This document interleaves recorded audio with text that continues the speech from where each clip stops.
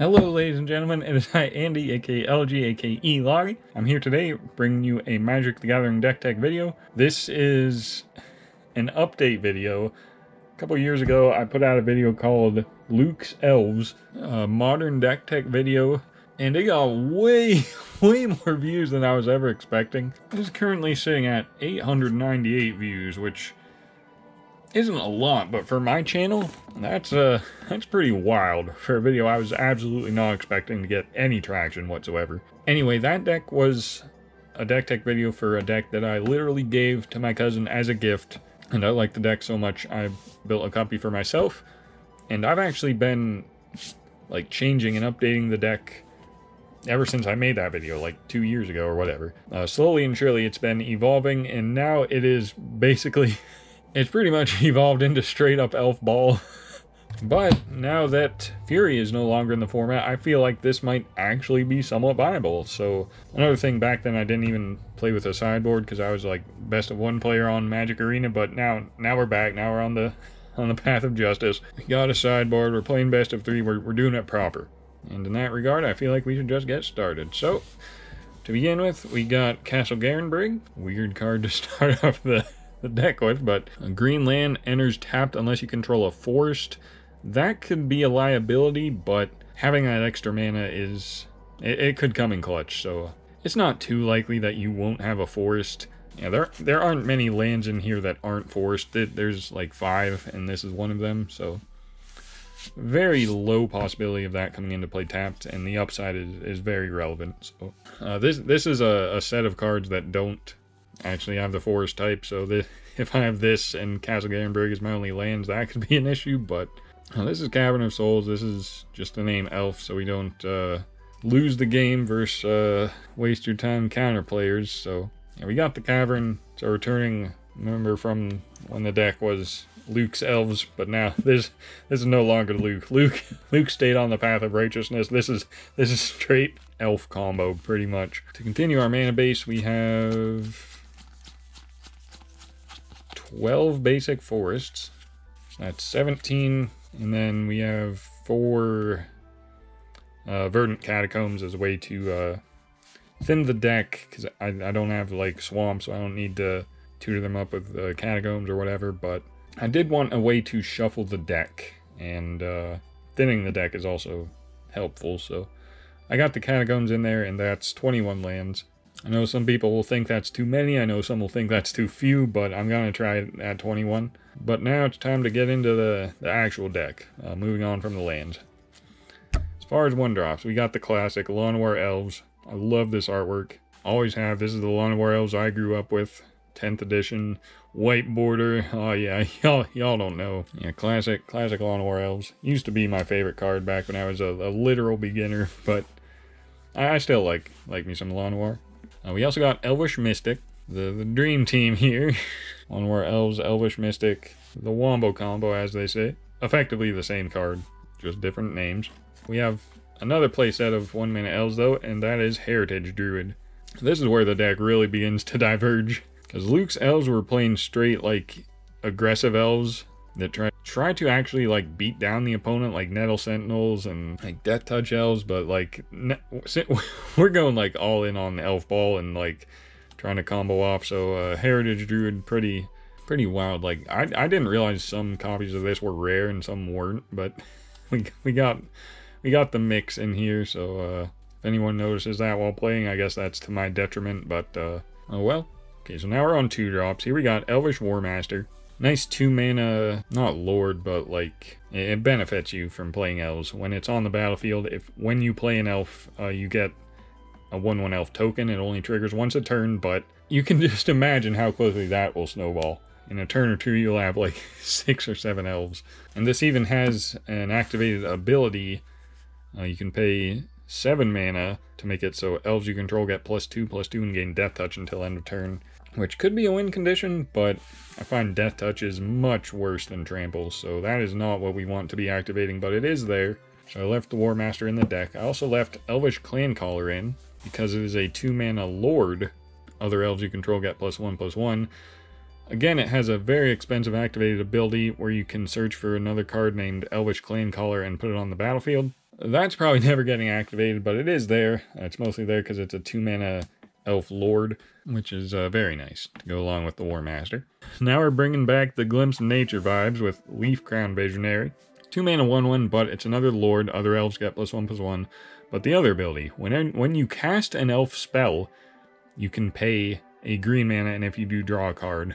So, like, not quite Glimpse of Nature, but you are going to be just churning through your deck if that's on board. Especially with the Heritage Druid there, bro. That's where this is really diverging from the more honest elf, I don't know, aggro deck of old. But yeah, now we're getting really dirty.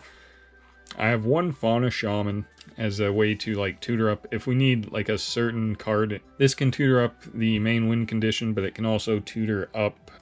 I have one copy of Rex Sage main deck in case I need to deal with a problematic artifact or enchantment. But Fauna Shaman is nice in that regard.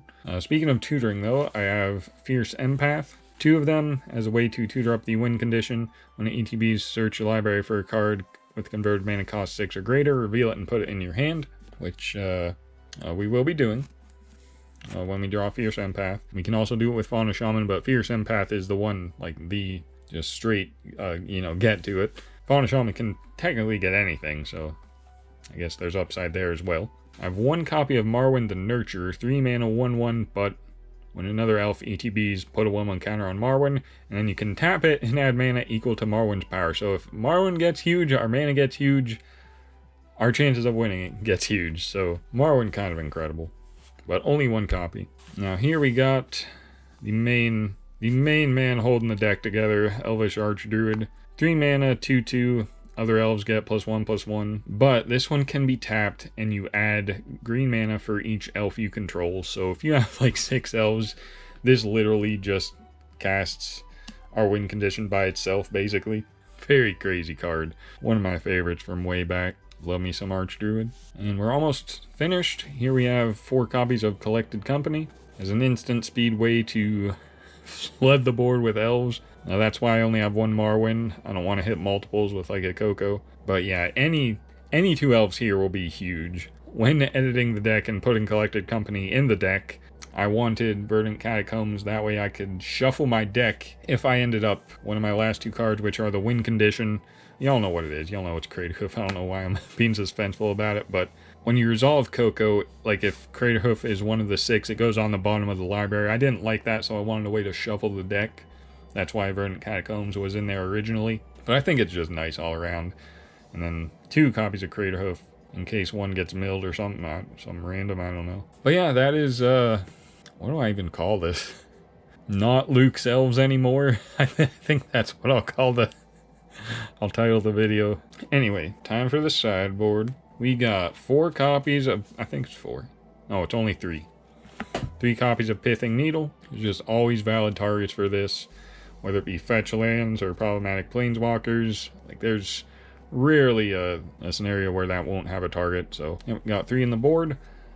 We got 4 copies of Heroic Intervention. Because we really, really need our elves to survive for our deck to function the way it's supposed to. So 4 of these in the board doesn't help versus like Temporary Lockdown or Sunfall or Farewell, any of that garbage. But does make our creatures indestructible. So versus more traditional board wipes like Supreme Verdict or whatever, this is the way to go.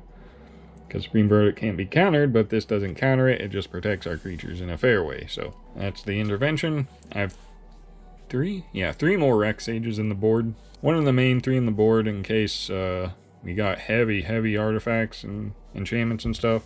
I think that's correct, especially with ways to tutor it up if I need to. So yeah, classic Rex Sage.